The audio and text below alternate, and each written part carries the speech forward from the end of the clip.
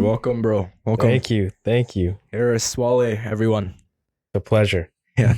So what inspired you to transition from construction engineering to mortgage brokering, and how do you apply your engineering background to your field?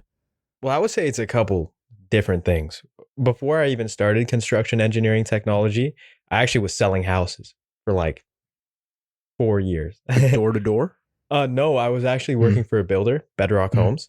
And this was actually during COVID. So I graduated 2020. I started working for the builder.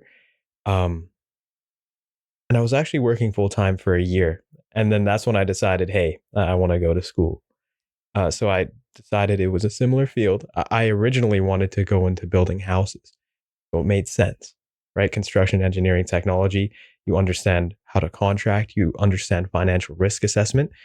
And that's how I got into construction engineering technology. So I kept working at the builder part-time while I was doing school. For a bit, I was working full-time. That was awful. But School while full-time job, dude? yeah. I got in trouble for like doing homework at work. So, Yeah, so but you have to. How are you supposed to get stuff done? I know, right? Yeah, So yeah. it was a little tough, but while I was working at the builders, I started dealing with a lot of mortgage brokers, and it seemed like there was a lot of risk assessment in mortgage brokering. There was a lot of financial analysis and a lot of numbers analysis. I feel like a numbers guy, so I felt like it was a good transition, not only from construction engineering technology, but also from home sales, because I know the industry. So it all just, the pieces fell together. Yeah. So when you were working full-time Mhm. while going to school, Yeah, were you able to keep up with that, or? I was, but only by doing homework at work. And so that got me in trouble. But my boss was understanding. I had a very good boss, and I just switched to part-time after that, and it was a lot more manageable. And I learned a lot about time management during that time, because high school's one thing, post-secondary is another. And balancing that with a job, it's something else. So you have to really be disciplined if you want to not just pass, but get good grades, right? So what are some common misconceptions people have about the mortgage process, and how do you help clients navigate them? Yeah. People think it's simple, right? Nowadays, especially nowadays, there's a lot of self-employed individuals. They think, oh, I made 50,000 last year. I'm all right. No, there's a lot that goes into it. How much debt load do you have every month? Do you have car payments? Do you have loan payments? Do you have a line of credit? Okay, if you have a high balance, then we're going to calculate 3% of that every month as your debt. Okay, student loans, those are also a part of your debt. And in the case of self-employed individuals, going back to what I said first, oh, I made 50,000 last year. Okay, but what are the associated costs with you being self-employed? If you're an Uber, we're going to calculate car insurance. We're going to calculate your gas, see how much that is reasonably every year. And we're going to average that with your last year's income as well. So if you only made 20,000 the year prior and 50,000 this year, that's 70,000 average. Divide that by 2, 35K. That's not a very large approval, especially when we have to subtract income from that as well. So It's 2 years you guys track their annual income? for self-employed individuals, we can do a 12-month stated income. So let's say you're an individual, you're self-employed, you've been self-employed for a while, but you're dodging taxes. Everyone does. Who wants to pay 30,000 in taxes at the end of the year? I'm not claiming all the income I'm making. If I was, I'd feel like I was stupid. So we can do 12-month stated income. We look at your 12-month bank statements and we see, okay, what are the deposits related to work? This person has $100,000 deposits related to work. And we'll also see what's going out of your account related to work. And we can base it off of that. And then there's no longer a two-year average. So that's a really good option, but you will have a higher interest rate. And that's just solely on their income. Yeah. What if they just have 100K given to them with the passing of a loved one? Yeah, no, that won't count as income. And we'll see that. But I think that's a great the stated income is a great opportunity for individuals that are self-employed that haven't been claiming all of their income, as one should, in my opinion. Yeah. Have you seen an uptick in people applying for mortgages? Because you you flip the news on, Yeah. you learn pretty fast that we are in tumultuous times right now with Yeah. terrorists from the US and uncertainty amongst the people and lower confidence amongst the population. Yeah. Have you seen, I'm assuming it's going to be a decrease. I would, you know what? It's weird because the last month I've had so many different inquiries, and so have all of my colleagues. Like, I feel like there's a few reasons for this. One, the prime rate is going down. So people see rate cuts. I was giving out 6% interest rates last year. What's the prime rate? Prime rate is 4.95.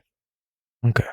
So, I have some good rates right now. Like if we get prime -1, then that's 3.95 on the variable, which is insane compared to last year. We had to give out like 5.99s last year because of how high the interest rates were. So that's reason one. People are seeing lower interest rates and they're jumping on it. Reason number two is there are more first-time home buying incentives. We have the 30-year amortization for not only anyone buying new homes, but for first-time home buyers buying any home. So when you increase the amortization period, you get a higher approval because you're paying the loan over a longer amount of time. And they're also getting rid of GST. But that's horrible though. Like 30 years, man, and you're stuck down to that, and people can't you stretch it out to like 40, 50? I mean, is there a maximum with that? With 20% down, you can stretch your amortization. But honestly, I think the 30-year amortization is pretty good because if you go about paying off your principal diligently, then you can reduce your amortization at 20 years, right? Because the approval process is quite stringent and it's quite rigorous, especially after 2008 and 9. They added something called the stress test. So, as I was saying, let's say I give you a 3.95 interest rate on your house. We're not going to calculate it on 3.95.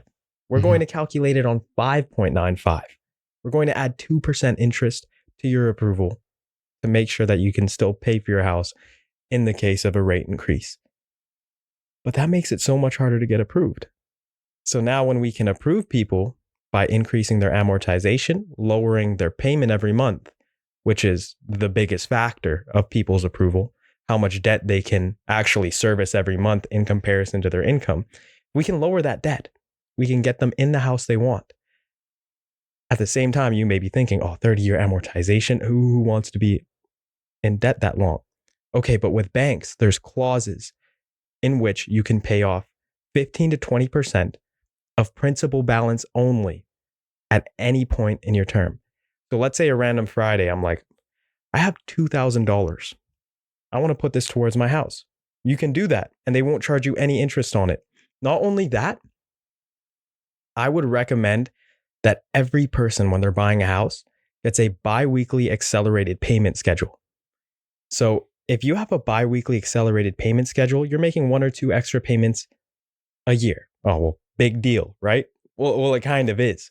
Because when you're making these additional payments, that alone, just that payment structure lowers your amortization period from 30 years to about 25, 26, which is the average amortization for regular home buyers.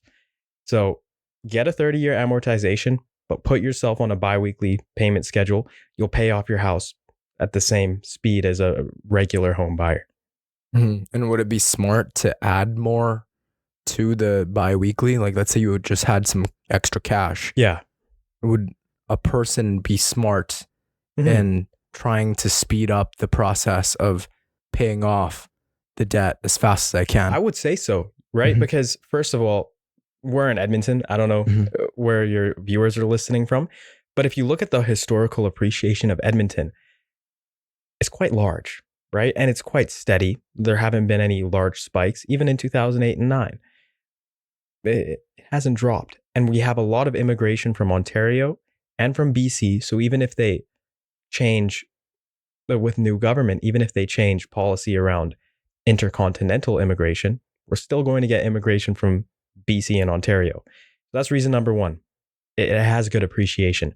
Reason number two is that our mortgage terms in Canada, average it's 3 to 5 years. If you can lower your balance as much as possible in those 3 to 5 years, by the time you refinance your term, your principal balance can go from, let's use arbitrary numbers, 400,000 to 350,000 in 3 to 5 years. So now your monthly payment is based on 350,000, which is way less. So now every month you're paying like $200 less. So you're less stressed about your monthly payments. It's a lot easier to meet, and that gives you more room to contribute even more to your house. So I would say everyone should have a payment schedule to pay off their house as much as they can, as long as it's reasonable. With this generation, there's often the talk out there that can't really afford anything, and more people are staying with their parents even within their 20s, and I've even heard of people in their late 20s.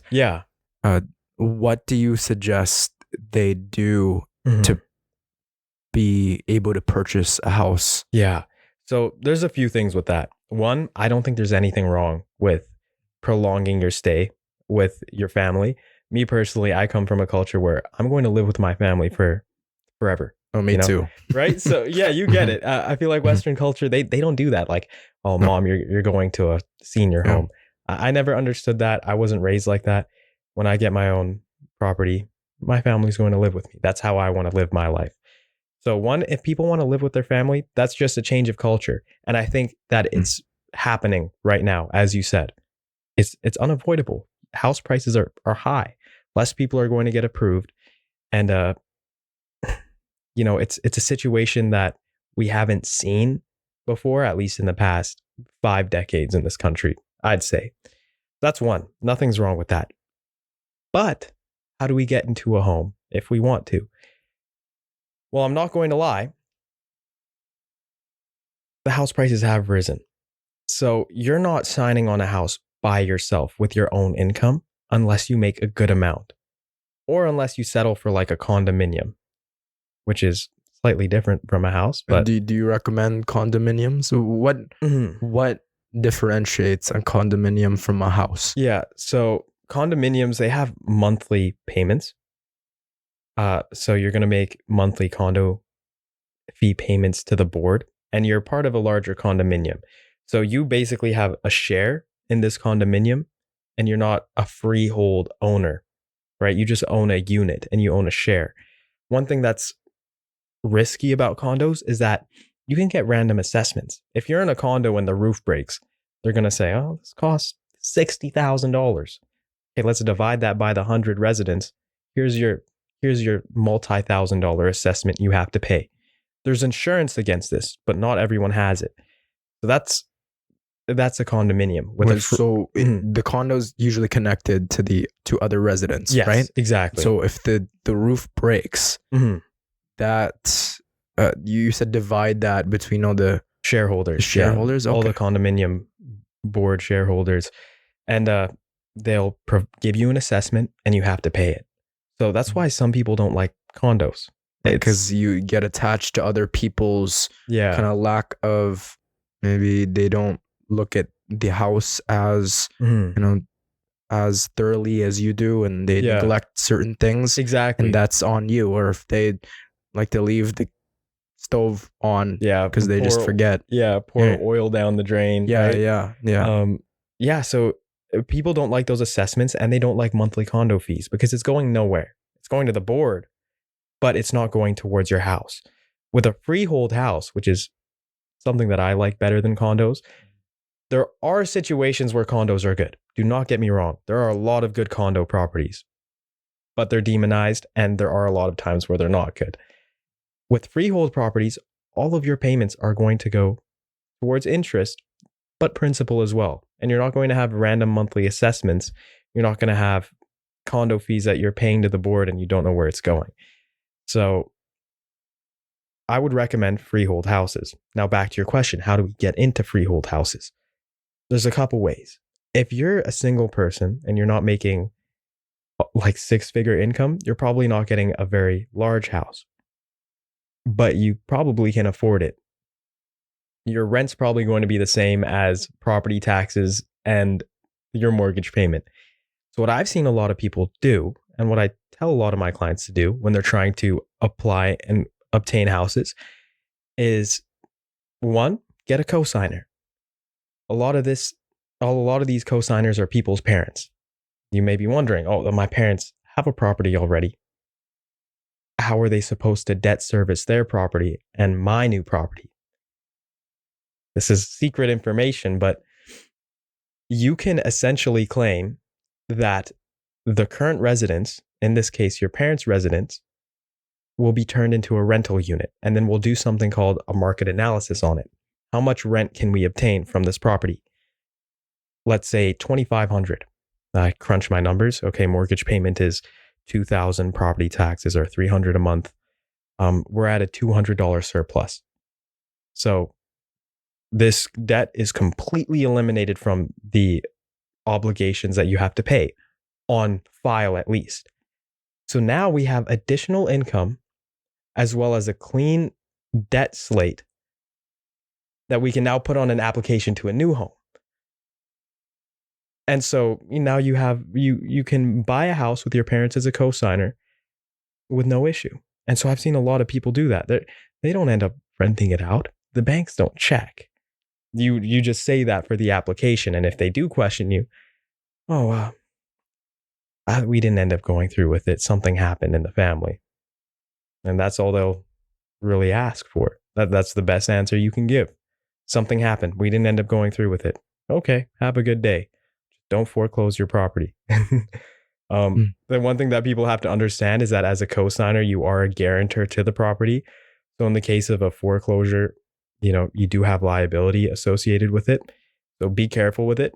Make sure you can actually debt service the property. Make sure you have a secure job, and make sure that the cosigners are okay with that liability. Yeah. Would it be smart for students to purchase a home? Like, well, they still have a part-time job. Maybe they're just really good at saving. Yeah. Let's say they have no expenses because everybody, their parents at home pay for everything. Yeah. And so they can save a substantial amount for a down payment. Let's say a house of 300 grand. Yeah. And they can build up a 5% down payment, or no, 20% down payment, let's say. Is that realistic? I would say so, right? Like if you have a decent amount of income and you have a part-time job for a while, you can use a 2-year average. And you have a substantial down payment, that would lower the total mortgage amount you need to qualify for, because a lot of the house is coming from your own pocket. And let's say you have a good cosigner and you're a student, you can probably qualify for that home. Now, your question is it a good idea? Depends on your circumstance. I think it'd be a great idea if you're a student and you have some close friends that are already renting. Hey man, just come live with me. You have 2 roommates now, and your monthly debt load and your monthly mortgage payment will be what?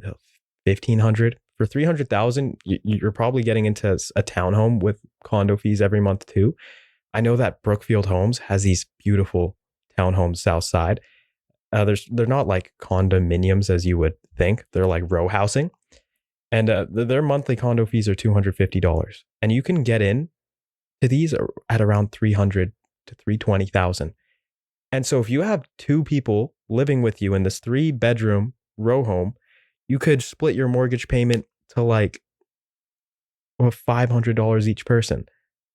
That's so reasonable. And that's like, an amazing thing to provide for your friends as well.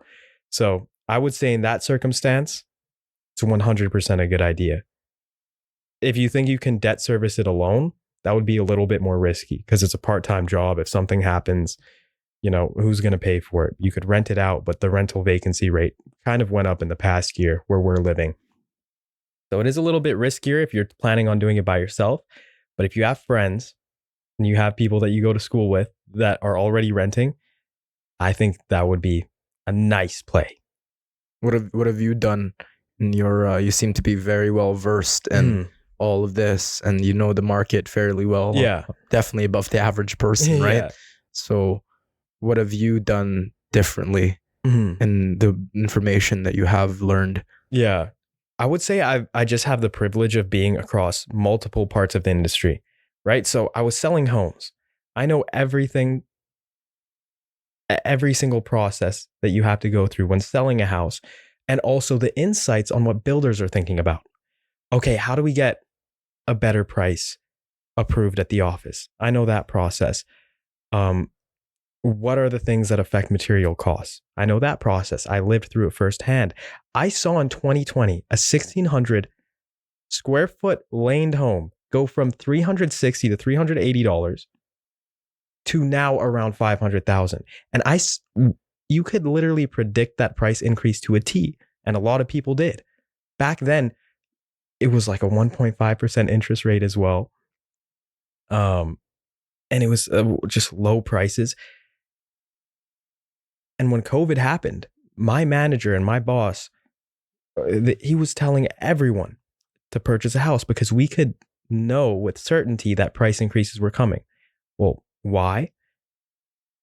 For a couple reasons, but the biggest reason is that because of COVID, developers cut back on developing land big time. Like they were barely developing anything. They thought that no one was going to purchase anything. Okay, COVID rolls around and it goes into full effect. People are working from home and we're getting stimulus checks. With these stimulus checks, people saved up for a down payment super fast. And with working from home, people wanted home offices. And not only that, that was paired with record low interest rates, 1.5%. 1.5, hey? Yeah. When you say interest, like let's say I'm looking for a condominium for 300 grand. Just I would to lend some money. I'd only to tack that on. It'd only be 1.5%. Yes. Of that, right? To put it simply. But to put it simply, it's compounded semi-annually. But to put it simply, and that would lower your mortgage payment by a lot. So people were getting approved super easily. And so we saw prices jump like 100,000 in a couple of years, and we predicted it. We knew it was going to happen. Everyone did. So that's one insight that I experienced firsthand. The second insight that I also experienced is my education. Construction engineering technology, you get a very good insight onto how contractors price things, or what financial risk assessment you must go through when creating and building a house, not only just a house, but a whole commercial property. What processes they go through, the entire building process, the different materials. So when I see tariffs on these countries, like on America as well as on Canada, I'm looking at some of these materials and I know that they're utilized heavily in homes. And so I know instantly that we're probably going to see price increases because there's exterior sheathing that's made of specific material. There's interior insulation that's made of specific material. And a lot of this is like petroleum, plastic, oil based. And so you wouldn't expect these things to raise in price if they were taxed, like on an international tariff. But they will be. America will be hit harder though. We're still going to be hit. So I think all three of those experiences just give me a unique insight. And I'm also passionate about it. So I like research, I read, stuff like that. It's definitely like your experience with building houses, right, has given you just a little bit of knowledge, not even a little bit, what's imported, exported, and what's low, what's high. And so you have like a baseline foundation of when buildings get constructed or the houses get constructed, what's going to take a hit and what's not, right? Exactly. Especially when these tariffs roll out, right? Where's this getting imported from?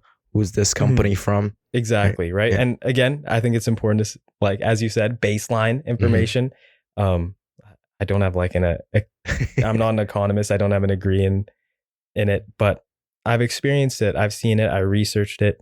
And so I feel like I have a solid baseline foundation on a lot of things that affect my industry. Yeah. How do you see the mortgage industry evolving in the next 5 years? especially with advancements in technology and fluctuating real estate markets? I would say I've already seen like a couple of advancements in the mortgage industry. I feel like it's lagging behind where it should be, to be honest. Like, some brokerages only got online application links like 2 years ago. Like, everyone was doing it through filling out a physical form. So, mortgage industry members are very important because there's a deep analysis you have to do on someone's file. You have to be very creative. And that's something that AI can help with, but it's not something that I foresee AI and technology taking over anytime soon until it can deep think for itself in a creative manner. I think AI can definitely help streamline the process because it's very time consuming going through documents and inserting all of the information by yourself, as well as doing the different calculations we have to do. So that's one. AI can speed up the process. Two, technology in the sense of real estate hasn't been developing very fast.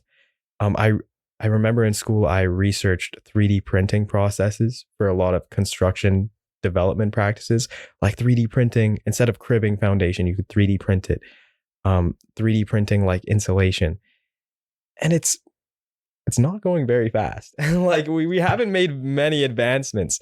And I also did another research paper. There's a practice that Japanese car manufacturers like Toyota created. It's called lean construction. And so they really streamline construction of these cars and make it as efficient as possible, as fast as possible, and as with little waste as possible.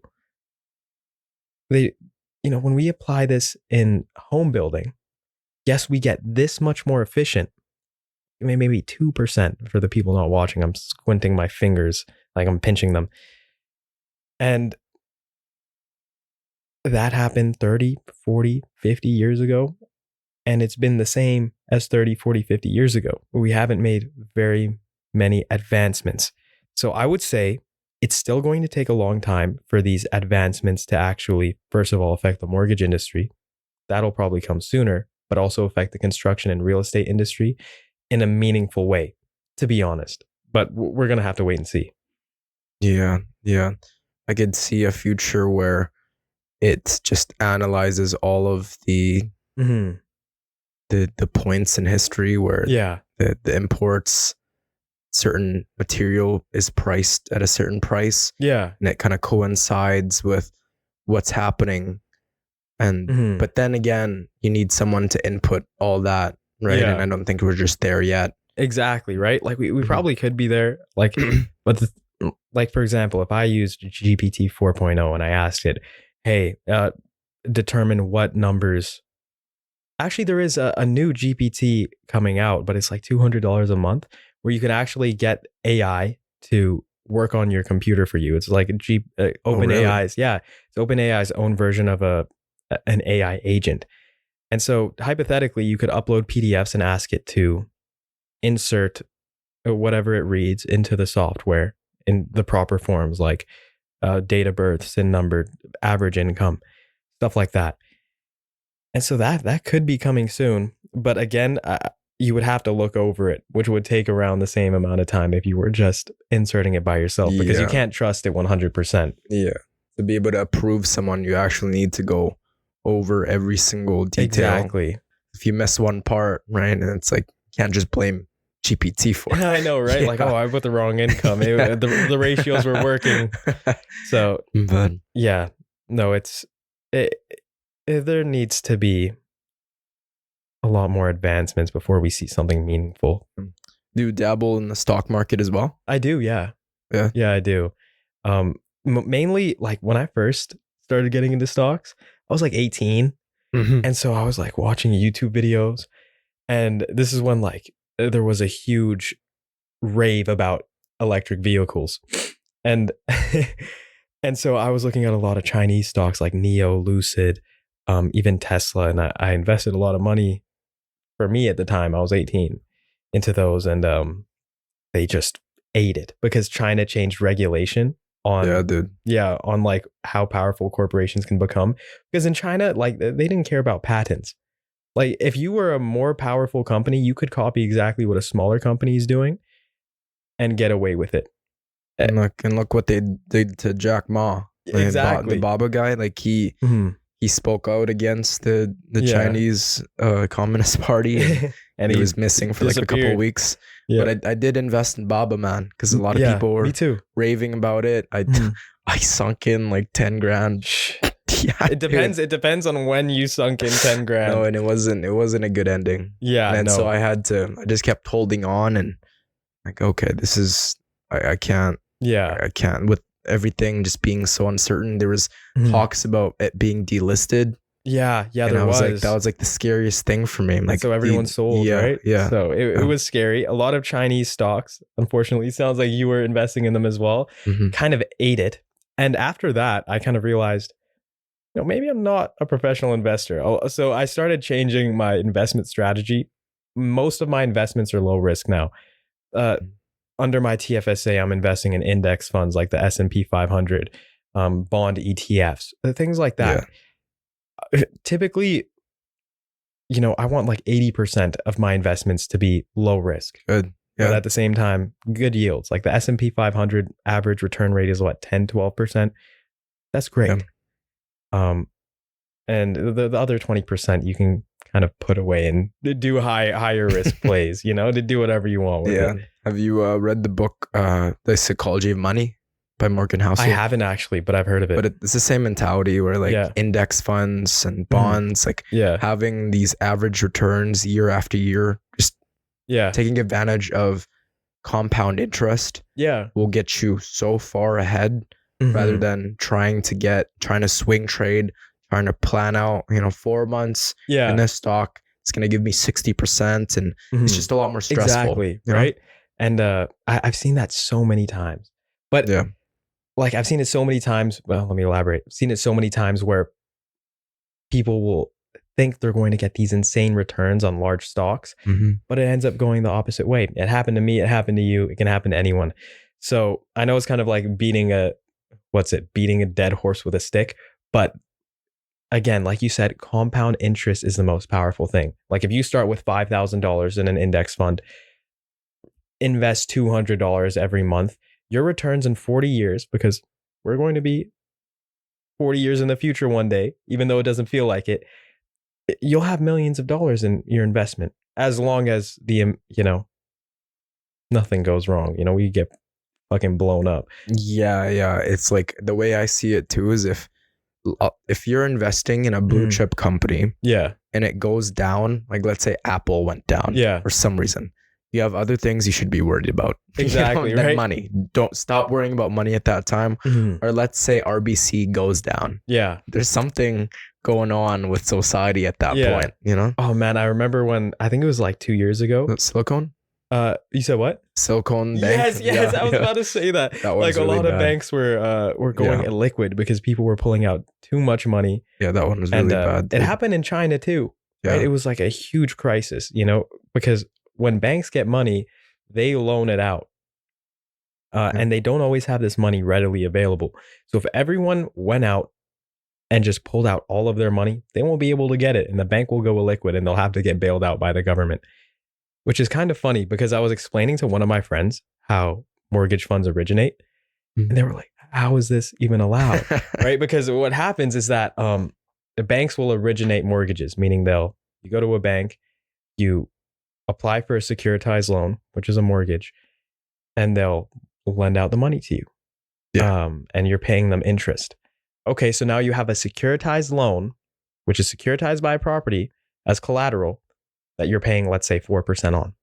Okay, now the banks will bundle this up in what they call mortgage-backed securities, and they'll sell them to like insurance companies. Like I'll sell you $50 million of mortgages at 4%. That's what they did in the 2008 financial crisis, right? Yeah, so they'll sell mortgage-backed securities to like insurance companies, will then pay them for it, and now they have new funds to now loan out to originate more mortgages. It's a weird scheme, but it's been working as long as people don't mass foreclose like they did in 2008 and 9, which is a lot harder to do. There's a lot of safeguards in place. Getting approved is super hard now compared to back then. So I don't expect another 2008 or 9, to be honest. I was even just talking to my buddy, and he's we talk about finance, the stock market, and one day getting a house of our own. Yeah. And all this saving that we do, right?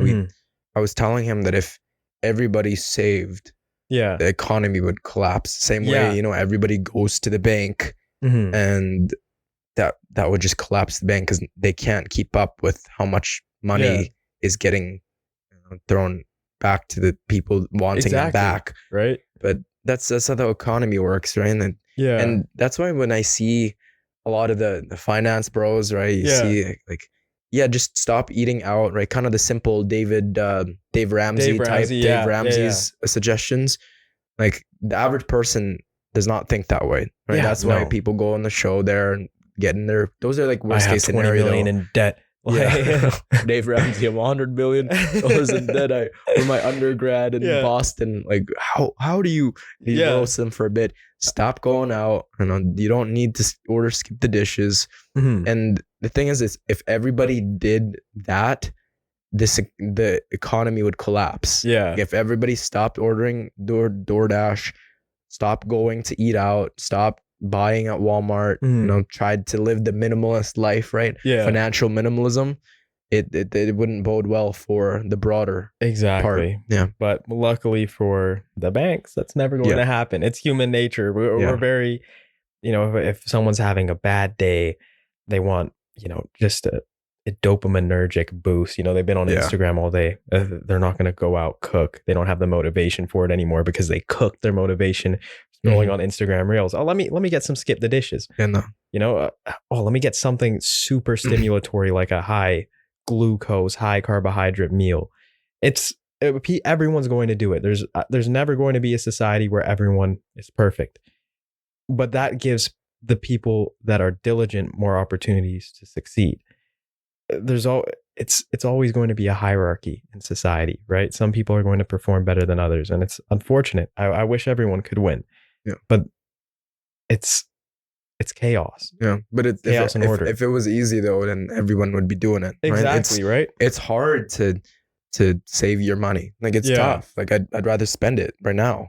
I'd rather just want the cash right now than have to wait double within 5 years. Exactly. You know, that's just not the way the mind works. That's why there's all these quotes that Warren Buffett tells us, right? Like, be fearful when they're greedy, be greedy when they're fearful, right? To remind the people who actually want to learn and want to succeed that the emotions, you need to override them. Like when when it comes to the gym, right? Like nobody wants to go to the gym.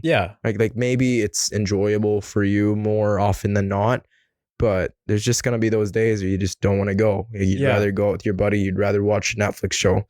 But it's the same way with discipline, right? With money, with your health. And so what drew you to weightlifting, and how has it influenced other aspects of your life? So I love that we're getting into this because I was mentioning to him before we even started the podcast, I saw that you're like a marathon runner. Yeah, dude. To me, I'm like, because I originally got drawn to the gym. Like must have been like 10 years ago because it became a part of my training regimen for sports. I was in a super niche sport, but it was pretty brutal. Like, was your sport? Sprint kayak. So, oh wow, So I was sprint kayak. Like you'd compete at Canada Summer Games, nationals. We'd go to training camps for 3 weeks in Florida, California, Portugal, and it was a brutal sport. Like, these training camps, you do 3 practices a day. You know, a morning warm-up practice at around 6 a.m. and then a second practice around 1 p.m. and then a third practice. Was it 1 p.m.? Might have been like 10. No, it was like 10 a.m. Lateral rowing. Yeah. And then another one at like 1 p.m. You know, so 3 total practices. I probably got the times wrong because I haven't done it in a while. But they would be brutal. Like first warm-up, 7K, maybe a 10K run sometimes. First practice after the warm up, it would be time trials. It would be GA1, GA2, which is like 80-90% intensity with small breaks, be It's like an hour and a your half. heart rate's just Yeah. blasting. Exactly. Like, Yeah. and then the third practice, sometimes it'd be again high intensity training or just long distance, like 20-kilometer paddles. I remember one time I was in Florida in training camp. I got up out of my boat and my ass was bleeding.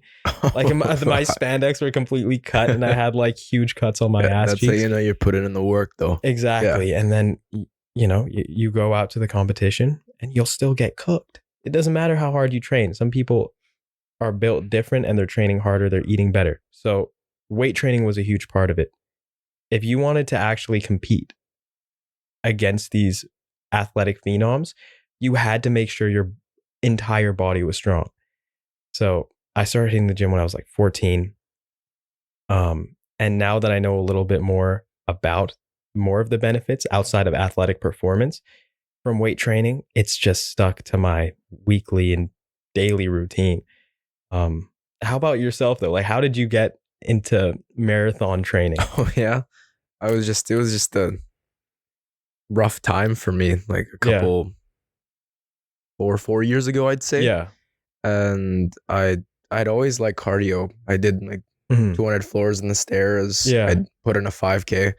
But other than that, I never really went past that. Like I do weightlifting here and there, or I do it pretty much every day. Yeah. But I never really took cardio seriously. Yeah. But I read this book with it's called "Can't Hurt Me" by David Goggins. Yeah. And I'd made all these excuses in my life as to, no, it's why I couldn't do something. It's because it was that childhood trauma. It was that my relational issue with my parents. It was that thing that the person told me when I was in elementary. Yeah. And I always ruminated on this stuff. And then here I was reading this guy talking about how miserable his childhood was and how he got super obese and he was just down to the, like, he was very low, spraying cockroaches, eating milk, eating donuts and drinking milkshakes 24/7. And then he watched this, turned on the TV and watched the Navy's train. Yeah. And then it kind of flipped the switch for him. And he started training and he lost all that weight off. Yeah. And even prior to that, when he went to go enlist, they laughed him off. They're like, haha, what are you, who do you think you are? What do you think you are? Yeah. And so he came back there months after, completely shredded. Yeah. And then he talked about all his runs there and it really inspired me. And then I got into this like whole self-development journey about like just wanting to prove myself, right? And wanting to better myself. And so just one foot in front of the other, I kind of took that and I applied that to my life. I started reading more and Atomic Habits. Have you read that book? Yeah, it's a great book. The little things count.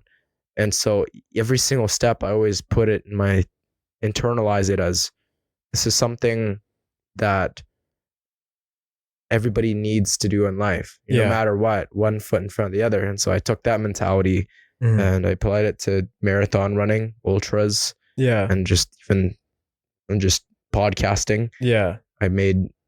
I became more disciplined. Yeah. And it's made all the difference, man. Yeah. And so would you say that after you started like a rigorous training regimen, that kind of improved other parts of your life, staying disciplined with, for example, this podcast? Yeah, it's a butterfly effect. Yeah. It's like those keystone habits and they flood onto other things. Yeah. Right? Like I'm sure when before a workout, you feel not as good, but then when you are working out, and then after that, especially if you work after, I don't know what your schedule is like, but you feel a lot more bravado. You feel a lot more clear-headed, and you can crunch those numbers better. Yeah, exactly. You can study better, and you're a lot more calm. Yeah, when it comes think sharper. Yeah. What about you?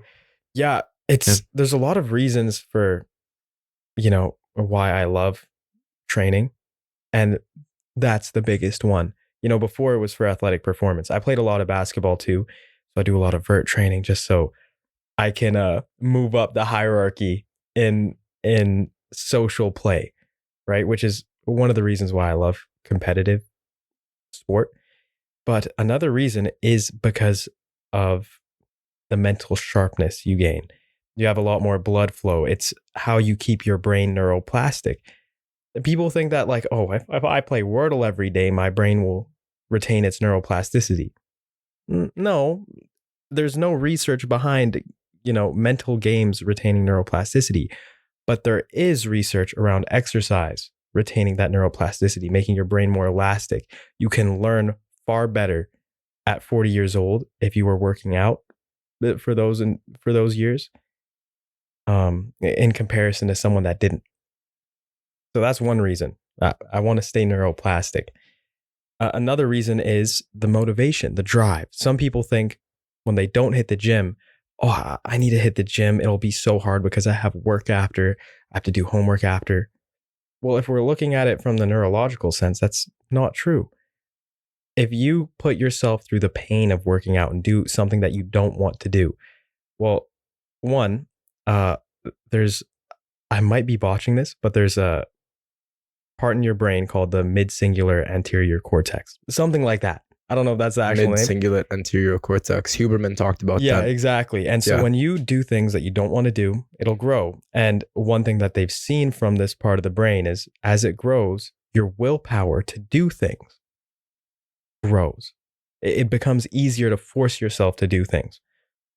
So that's one. People think, I can't hit the gym and then go to work. No, it'll actually be easier. And another reason for that is the dopaminergic spike you get from working out. Dopamine is responsible for motivation and drive. And so if you work out, once you're done, give it like 15, 25 minutes, you'll actually be more motivated to do other things, which is, well, first of all, within the case of you started training for ultra marathons. When you're at 20 kilometers in, you might have a runner's high for a few kilometers, but your legs will start hurting. You want to slow down, you want to stop, but you keep pushing forward. That's growing your mid-cingulate anterior cortex, which makes you better at doing other things outside of running. You don't want to, you get in a fight with the friend, having that tough talk. Yeah. You don't really want to do that. You do it anyways. Exactly. Right. So, when you do things that you don't want to do, you get better at doing things you don't want to do. So when you're running 30 kilometers, you don't want to go for another 10, but you do. That makes it easier when you have to go home. Oh, I don't want a podcast. You're going to do it because you were training your mind to do things that you don't want to do. And it gets less painful for that exact reason. It doesn't feel like you're constantly dragging yourself along. The weight gets lighter. So that's another big reason why I feel like I need to continue to work out, because if I work out on the days that I don't want to work out, my mind will stay neuroplastic. My body will feel good. My brain will feel good, and I'll retain my discipline. If I stop working out, like in a week when I get sick, bro, my discipline drops. Like I was sick last week and my discipline, it disappeared because I couldn't do anything. And so when I finally got better, everything that I had to do in my day felt 10 times harder. And so you have to rebuild it back up. Just as fast as it builds up, it can disappear. So that's why consistency is so important. Yeah, true. Hey, Edmonton. Looking for a furnace filter delivered to your door hassle-free? Canadian Pure Filters has you covered. They deliver high-quality Canadian-made filters right to you. Money-back guaranteed. No tariffs involved here. Plus, they send SMS reminders so you never forget a change. It's like a little nudge to your friendly neighbor to the north without the drama. Check out Canadian Pure Filters today. You won't regret it. That's, again, Canadian Pure Filters. Don't have to be anywhere soon, hey? No, just gonna go to the gym after this. Sweet, and then sweet. Which gym do you go to? I go to the Garrison, like the military base. Military base. Never been there.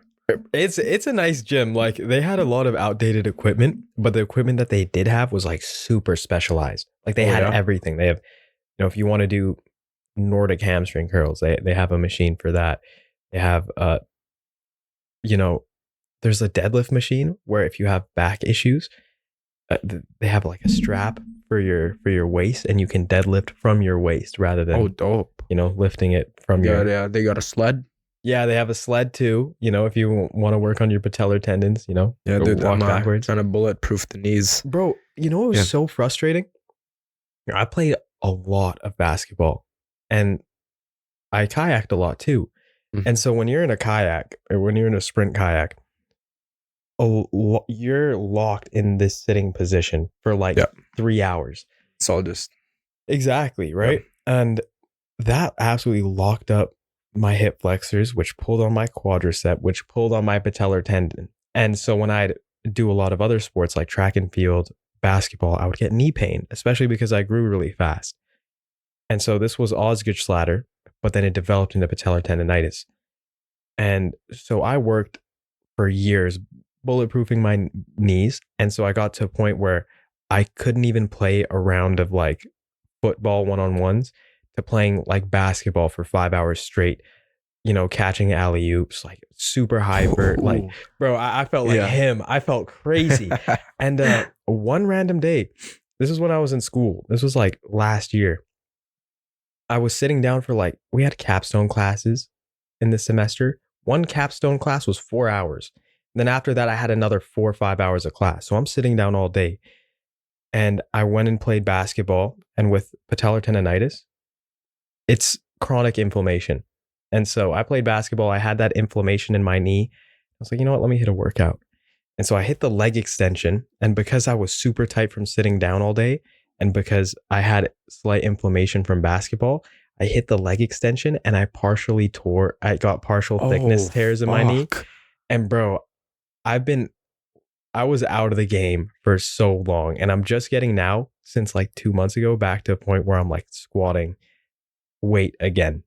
And it's progressing fast now that I can load it up. But, you know, knees, man, there's something else. You got to be careful. It's tough, dude. How long was the recovery process? Bro, it was like, okay, so it started in like around February. From like February to December, I couldn't really do much. I would go to physio and get what's the word? I'm brain farting. Electrotherapy. Where it breaks down the collagen fibers and rebuilds them if you have scar tissue. Also got a PRP injection. That whole process was like 10, 12 months. And I would squat down and it would still hurt. Only after that, it was ups and downs though. Like I would get to a point where I'm squatting again and then it'd regress and then I'd progress again and then I'd regress. And only now, after maybe 12 months, I'm getting to a point where it's solid progression with no regression at all. So I'd say a year. Wow. Mm-hmm. Yeah, dude. It's just one injury, hey, sets you back so long. Like you could have 5 years worth of gains. Yeah. If you get a pec tear, like it's all gone you're cooked. Yeah. Yeah. This is back when I was in grade 12, which was 6 years ago. Mm-hmm. And I just gotten off of work at Panda Express. Yeah. And there wasn't much time. I usually just no warm up or anything. I drove all the way to the gym. Mm-hmm. And I just loaded up 225 on squat. I did that for reps. I'm like, okay. Yeah. I never thought I could go for 315. You know? This is heavy weight. Yeah. For like, especially I was at the time, I was like in grade 12. I was like 160 pounds around there. Okay. And I didn't warm up and I'd never been injured in my life. Not like never. And all this stretching stuff, I thought it didn't really apply to me. Mm-hmm. And I didn't have proper footing at the time too. I forgot my gym stuff. So I worked out in my work clothes. Oh my goodness. That's diabolical. So got the 315 off. Yeah. Went down. I did one rep. Yeah. And I didn't crash. I didn't fall or anything. But when I racked it back, I just felt I couldn't. Mm-hmm. It didn't break or anything, but I was just like, it just felt funny. Yeah. And so for the next 3 years, I think. Yeah. Physio, chiro, I couldn't like sit down properly. I could still squat, but all of it's with the belts, but with really low weights. Yeah. And it's only been like the last couple of years where it's kind of been almost fully eradicated. Jeez. Yeah, dude. It's good that it's fully eradicated though, because like, man, a lot of people just have that one weird movement and it sticks with them for the rest of their lives. Like, I remember in grade 11, me and my friends were studying for our chem final, and it was like fall time. My friend had a trampoline, and we're like, "Yo, let's go outside. Let's go on the like grown ass boys on trampolines, right?" Yeah. And so my friend George, he's huge in the gym. You know, he actually taught me a lot about different splits, you know, different ways of working out. And he was a beast back then. Like he was squatting like 405. We were grade 11. Like he's a big boy. Oh, dude, 405. Yeah, like just some crazy numbers 11, like man. that. Right. I don't know. Might have been deadlifting. But when the boys are all around you, man, when they're all hyping you up, it's always... Actually might have been deadlifting 405. I think squatting 405 would be too large for him back then. But he goes on the trampoline. He jumps on his like back. Boom, herniated disc. Now he's 5-6 years later, he still can't squat weight like on his back. It's so crazy. Fuck, dude. Yeah, we are like, the human body is really fragile, right? Really resilient, man. Yeah. But I do believe though, with the right exercises, majority of injuries can be reverted back to normal. Yeah. Not close to it. Exactly. Especially like when you're rich, if you have a lot of money. If I had like $100,000, I'm getting five stem cell injections in my knee. Like, yeah, dude, fully back to normal. Yeah, right. Like, dang, man. There's a lot of advances, but hopefully they get cheaper. Yeah. What are some? How do you balance the intense athletic training with the demands of being a mortgage broker? You know, no matter what, I always have to put time aside for it. No matter what. So there's times where I'm working on weekends, like I'm going to do when I get home now. Yeah, like today. Exactly, right? Like today. There's times where my clients have demands that they need addressed immediately. But when you put working out or taking care of your body at the top of your hierarchy, even above work, that pushes me to get it done no matter what. I know this thing is stressing me out. I know this client needs to get approved right away. But you know what? 2 hours, I'm going to put my phone in my locker. I'm going to hit this workout and I'll deal with it after. That gives you time to calm down. It gives you time, gives you a boost of motivation. You don't do music or podcasts or anything? You know what? I do create a little bit of content, but you know, working out is like the pillar of everything I do, to be honest. Like I feel like it's such a large part of my identity that without that, I can't do the podcast. I can't do work. I can't do the streams. I can't. Yeah. You know, when you're working out, are you listening to music or podcasts? I see. Yeah. No, not really. Like sometimes I will. If there's a topic that I'm like super hyper focused on and like indulged in, I'll be like, oh, I'm going to learn about this while I work out.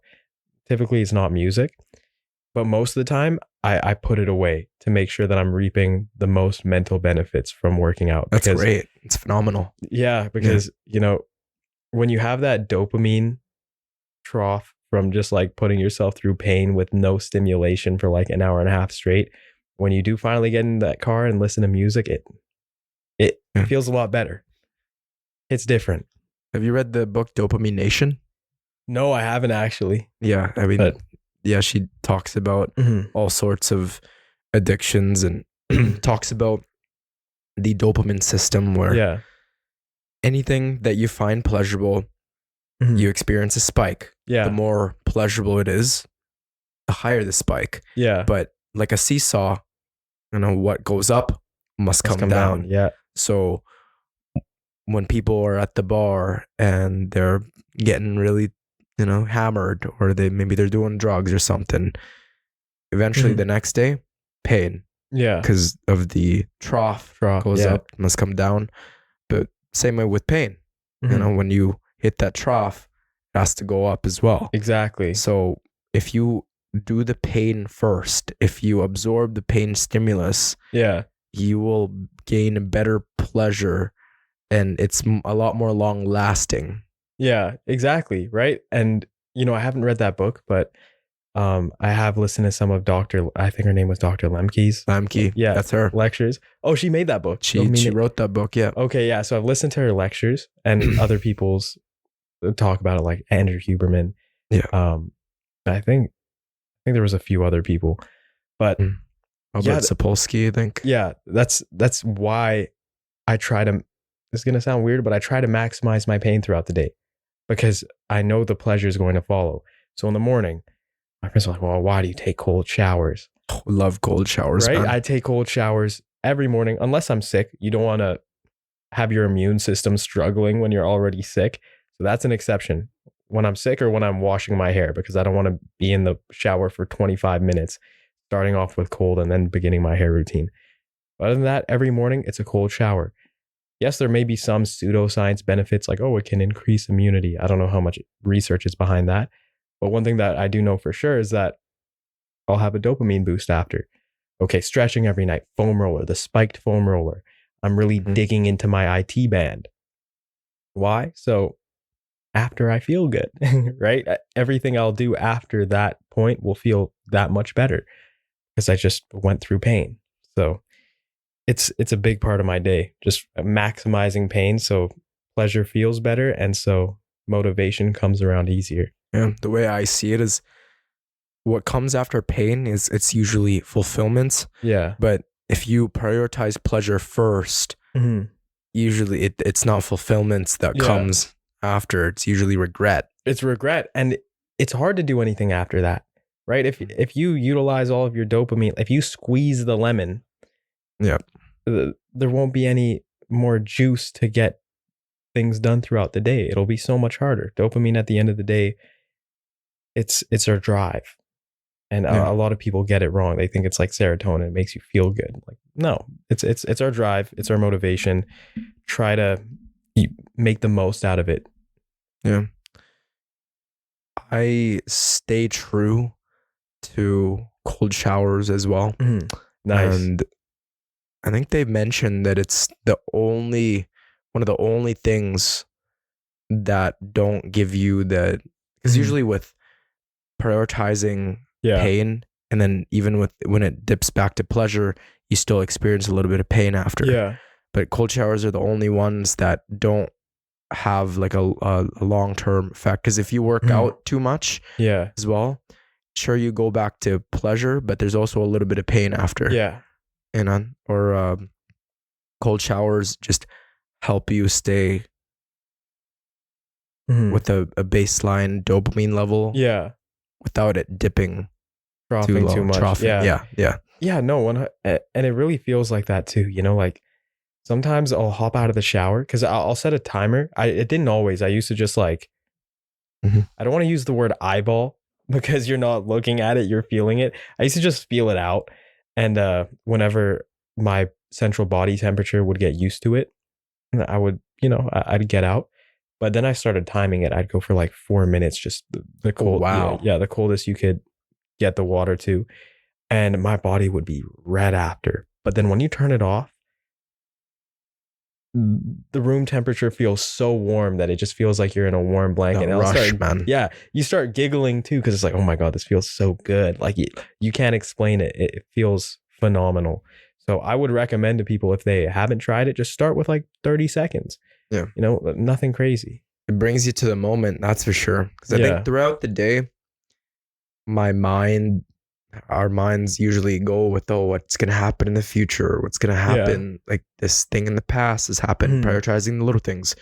But things like working out, cold showers, the things that are tough brings you to the present. Exactly. Yeah. Right. And I think it's so powerful to be able to just think of where you are right now. Exactly. Think of your central nervous system to feel the moment.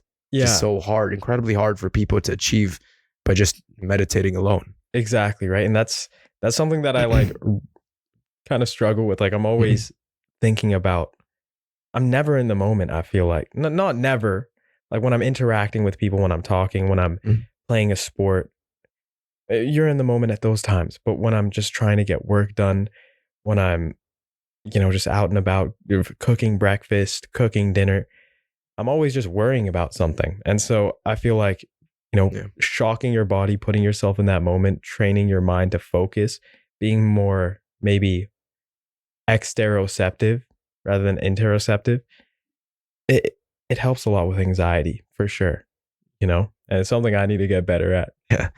Do you follow a specific philosophy or set of principles in your training regimen that you think others could benefit from?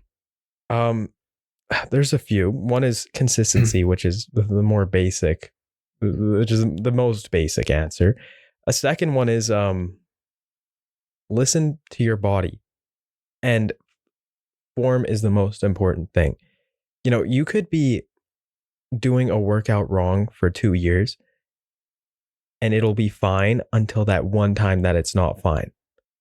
And that will set you back. It'll frustrate you. And it's not something you would want to go through. So I would say that if someone, if you're starting off working out or if you've been working out for a while, just get someone to look over your form and optimize that form. Because at the end of the day, the weight doesn't matter. Mhm. It's what the movement is and how this is benefiting you. If I'm working out my chest and my shoulders and my traps, it's to improve the longevity in the joints around it. It's to improve my muscle function and have my muscle function for longer. If I'm doing it wrong, I'm putting unnecessary strain on my joint, which literally goes against the entire point of working out. A lot of people think, oh, it's to look good. Yeah, that's a good byproduct, but it shouldn't be the main focus. The main focus is when we're 30 years in the future, we still want our muscles to work. When we're 30 years in the future, we want our joints to still be lubed up. Pause. We still want to feel like, we're able to move it. That should be the main focus. So you may not notice it now, but get someone to look over your form. And if it needs tweaking, then tweak it. Doesn't matter if you have to lower the weight. That's the biggest thing. Yeah, like ego aside, Yeah. it's just no one's gonna be perfect, and maybe you have been doing it 2-3 years wrong, but it's better to get your ego to take a little bit of a hit Yeah. than do it wrong the whole time Exactly. and suffer repercussions 10 years later and you can't work out anymore. Exactly, right? Because it's something that I went through myself. Like, Yeah. your form could be it could be good, it could be all right, but if you could do it better and you have to lower the weight as a consequence, then do it. There was a time where I had to lower the weight so many different times because I went through shoulder injuries. And actually, my friend that I was talking about before, George, I started working out with him. I'm like, man, your arms are too flared out. You have to change it. You have to, put your arms more in, follow a straighter path, or like a more, what's the word? A different bar path, essentially. I know what you mean. Yeah. And I had to lower the weight, and I was like, what the fuck? I'm used to 95 pounds dumbbells. Like, what the heck? I'm going down to 80s, 75s. But just as fast as it came down, it came back up. A few months of training, I got it back to my regular weight, but with a better form. And I haven't had a shoulder injury since. So, Nice. it's important. Maybe someone just does one session with a personal trainer, even if you haven't seen any injuries yet. Just make sure everything's good. Make sure you're mechanically sound. Because if you don't make sure of it, then you're going to find out. True. How has your education in construction engineering shaped your approach to problem solving and decision making in your career? Yeah. Well, one thing that it's prepared me for is nothing is linear. There's going to be so many unexpected things that occur, and nothing is more unexpected than the construction industry. And if you've been in it, you know that there's going to be delays. You're going to get yelled at because there's delays. Someone's going to fuck something up, and then you'll have to break it down and rebuild it. It happens all the time. So one thing that's who is calling me? One thing that I feel like shaped my approach to how I go about my work is understanding that nothing will go the way that you initially intended and to prepare for it. Same thing in construction engineering, same thing in mortgages. It happened to me recently. I had a client that's whole approval depended on the sale of his home. Sale of his home was going fine. The person got the approval. They were ready to take possession, and then last second they switched their approval now. Okay, well, the lawyer was supposed to get instructed to get the funds for the house, but now he doesn't have them, and we only have 2-3 days to close this. So now my clients are living like out of a U-Haul for like for a couple of days. I'm like, well, this is the worst time for it to happen. They already moved out of their house. They turned off all of the utilities. And if you give fair warning to your clients, and if you understand that anything can happen and you prepare accordingly, then you mitigate the risk. And it's all about mitigation. And I think mitigation is what I've learned from construction engineering, as well as financial risk assessment, which kind of goes hand in hand with mitigation. You have to make sure your clients know every single risk, even if the risk is minimal. Because I've seen stuff happen and it's not pretty when it does. You're playing with people's down payments, 20,000, 30,000. Sometimes this is 90% of people's savings that they just lose like that.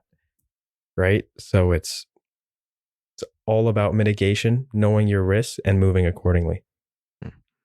What advice would you give to young professionals who are balancing further education with full-time work? I would say it's a great idea to get further education, because if you're a young professional, especially in this industry, a big bulk of the business is dependent on our economy. If you can educate yourself and get another skill, you'll make yourself more irreplaceable, and you'll always have a skill that you could provide for a price, a service that you could provide, rather than having your service entirely dependent on the economy, as a lot are, to be honest. One thing that I would tell them is make sure you delegate if you need to, because if you're in this industry and you want to further your education, you may get a client. I switched to the mortgage industry when I was still in school. And there were times when I had final exams coming up, but I also had a client closing. This is so stressful.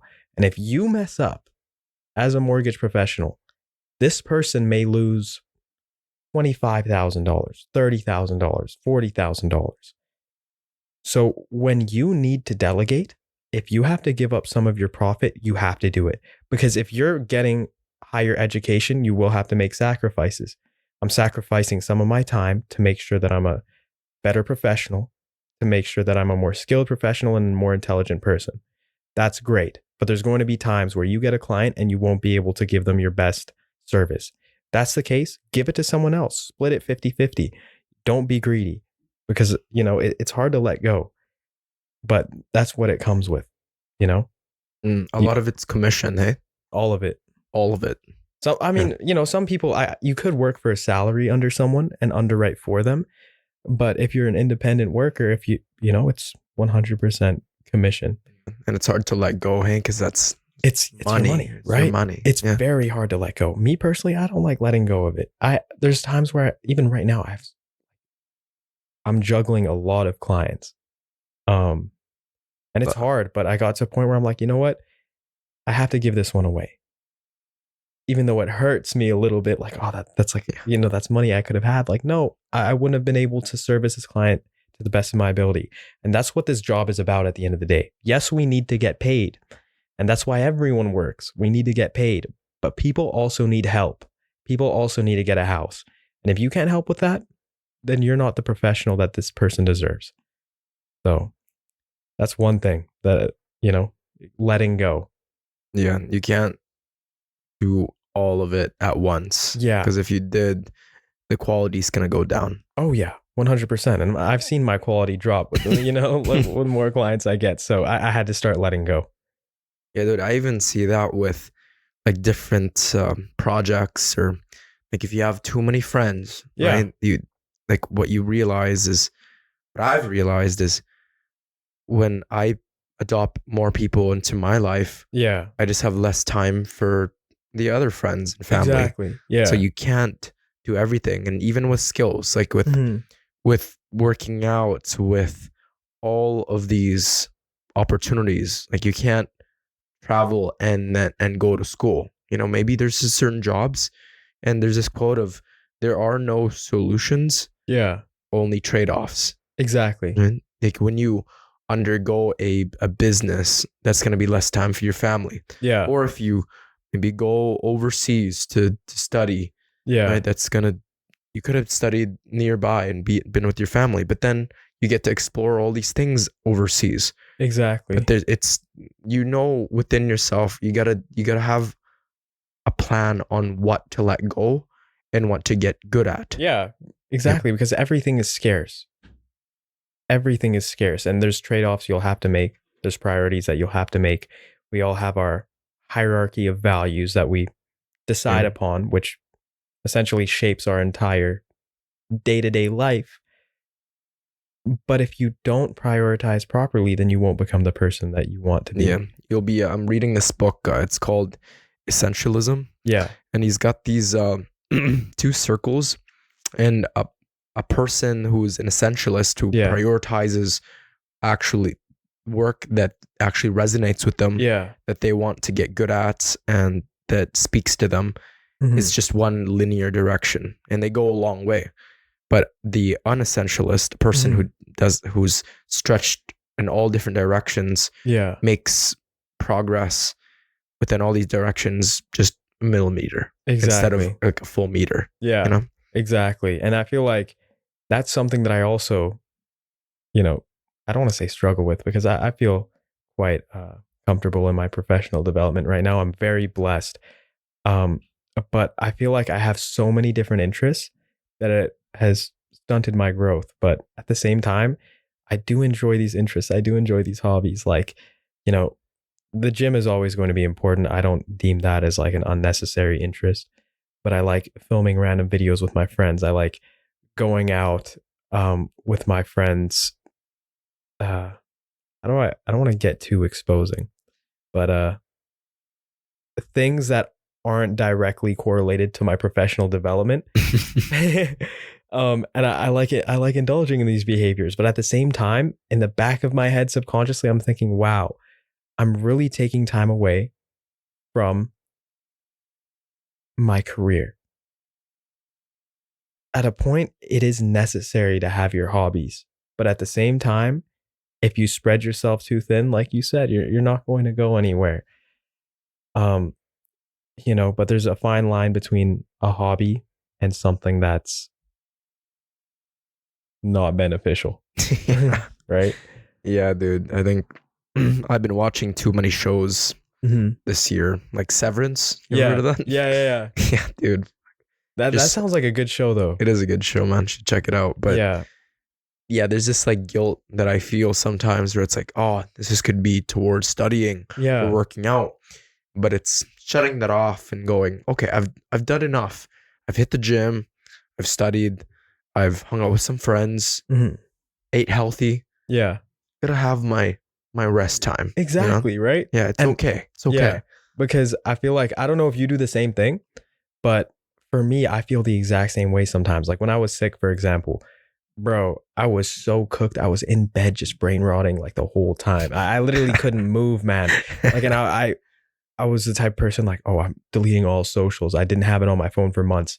All of a sudden, I'm laying down in bed, sneezing, coughing. I re-downloaded it. Oh, baby, let's go to town. Yeah, let's go to business, right? And it's hard to get rid of. Even after I wasn't sick, I was still on it, and I was like, bro, I have to get rid of this. And that's because I was always comparing myself to a point where I felt like I was at my peak, at my prime. Like, oh, I'm comparing myself to when I wasn't scrolling on social media. I'm comparing this day to my most prime day. But you do need time for yourself, because those prime days that I was comparing myself to eventually led to burnout. I'd start my day super early, go to the gym, go to work. Sometimes I'd go to the gym after work, depending on when I woke up. I'd get home, have like about an hour of my self time, stretch for like 30 minutes to an hour, and then finish my day with reading. Oh my God, what a wonderful day. But Dude, then productivity dream, baby. Like literally, I felt like a productivity demon. Like I felt like him. And then I'd have a day where I like wake up late, going to work a little late because I'm self-employed. I can, delay my hours a little bit. I'd still go to the gym. That's something that I've been quite good at being consistent at. But then I'd go home and then I like wouldn't read. I had to like stretch for like 10 minutes, watch a show. I recently started watching Arcane. Oh, dude, I finished that whole thing. It's so good, bro. And I Yeah. like, instead of like instead of reading, I'd like watch Arcane for like, you know, and I get so mad at myself. But at Dude, the so same I time, I'm feel that, like, man. looking back at it, there's a reason why my schedule shifts, because you can keep it up, but eventually you'll feel burnt out, and you that's why you need a balance. Like that's why when you get home and you watch that show, enjoy that show. Yeah. Don't overindulge, Yeah, but and you enjoy it so you you can't don't you can't ruminate on it. You can't like let punish it be. yourself. You can't let it be a reflection of like you being lazy. You know what I mean? Exactly, Yeah. right? Because you need to enjoy yourself. And if Mm. you don't, then you're going to overindulge because you'll feel burnt out. And it's happened to me. Yeah, man. What season are you on? I just started season Oh, 2. you just started season 2. Yeah, Okay. it's only 2 seasons, hey? Yeah. So, So yeah, Vi just left Powder. yeah. I think she like Vi joined the Enforcers, and Yeah. they had an altercation. That's the part I'm at. And they had the altercation, they separated, and what's his name? Victor turned Victor. into like Victor's like League of Legends Jesus now. Like he's starting his own religion. I don't know what's happening. Yeah, But- dude, with like those junkies and the Yeah, like he healed that person, and now it seems like they were idolizing him as a religious figure. Like yeah. so we got like a sneak peek at that, but I don't know if they're gonna go more in depth. I have 1,000 hours on that on Jinx on League of Legends. Right? Bro, man, Bro, like I've played that game so many times. yeah, Man. I remember in grade 9, my friend introduced me to the game, and I actually like main Jinx, but my computer broke. Not even, to be honest, let's be honest. My mom got a scam call and someone accessed our computer. So we had to like, I didn't have a family computer for like a little while. She would just use her laptop after that. And so I didn't play League of Legends for like years after that. And then I never got back into it. But I still played on my PlayStation. Like I dibble dabble in Fortnite. You know what I mean? No, that's a good thing though, man. You don't need League in your life. Yeah, no. Arcane's a good show though, so definitely finish that. Oh yeah. If you had the opportunity to design a curriculum for aspiring mortgage brokers, what key elements or lessons would you include? Man, that's such a good question, actually. There's so much. There's so much that I feel like wasn't gone over when you first initially do your licensing courses that are of most importance to our industry. First of all, the overall processes and the overall analysis of your client. That's something that is of utmost importance, as well as builder processes, right? Because, for example, when I'm doing a bridge mortgage, which I'm going to try to articulate this in a way that's not long, like concise. A bridge mortgage is when you're bridging the funds of your down payment to the purchase of your new property when your current one isn't sold yet. Right? Because if you're getting the down payment funds from your sold property, but your new property takes possession before your current one sells, then the lender's going to need to bridge that like 2-week gap. They'll provide you with an additional loan at a higher interest rate. And once the house sells, you pay the lender back. When you're buying with a builder, they're going to have a condition of financing date where you need to provide 5% down, which is a lot of money. And when you're bridging, what a lot of people don't know is you need to negotiate with the builder. You need to tell the builder, hey, we won't be able to make the COF payment. Reduce it to $5,000. Reduce it to $10,000. Okay, that's one thing that just never is talked about. They don't really talk about bridge mortgages, reverse mortgages, things like that. So number one, things that you'll encounter with builders and investors and private properties. That's barely gone over. But the second, and I feel like there's a reason why this isn't gone over, is how to market yourself and how to brand yourself. Marketing and branding is, I would say, the second most important part of this business. The first is being a competent individual that can actually assist people to the best of your ability. But the second is to be able to get yourself out there so you are able to assist people. If you don't know how to create a branding image for yourself, if you don't know how to create a good marketing campaign for yourself, you're going to get no clients. No one's going to want to deal with you because no one knows you. You could have all the information in the world. You could be the top 1% of the 1% in regards to mastering everything about mortgage deals. But if you don't know how to talk to people, you're fucked. You're fucked. Like you can't do anything with that. You won't make money, and you won't be able to pay rent. You won't be able to eat. It's a long rabbit hole. So I would say they should teach more about branding imaging, and they should teach more about overall marketing. And if I ever start my own team, that's what the basis of my education will be around, because you'll get the experience. You'll learn about builders. You'll learn about private investors. You'll learn about private properties, commercial, everything. But one thing that you won't ever encounter with clients is how to market yourself, because that's a niche piece of education that you'll need to seek out yourself. And if you're not good at it, well, unfortunately, you won't succeed. So bridging and marketing or branding as well. Yeah, I'd say bridging is like just an example I used for like a more overarching premises of different things you may encounter that will heavily affect your deal. Because for example, if you're not well versed in bridging and you don't know that you need to negotiate the conditions of financing down payment, you did 2 weeks of work for nothing. Right? Dude.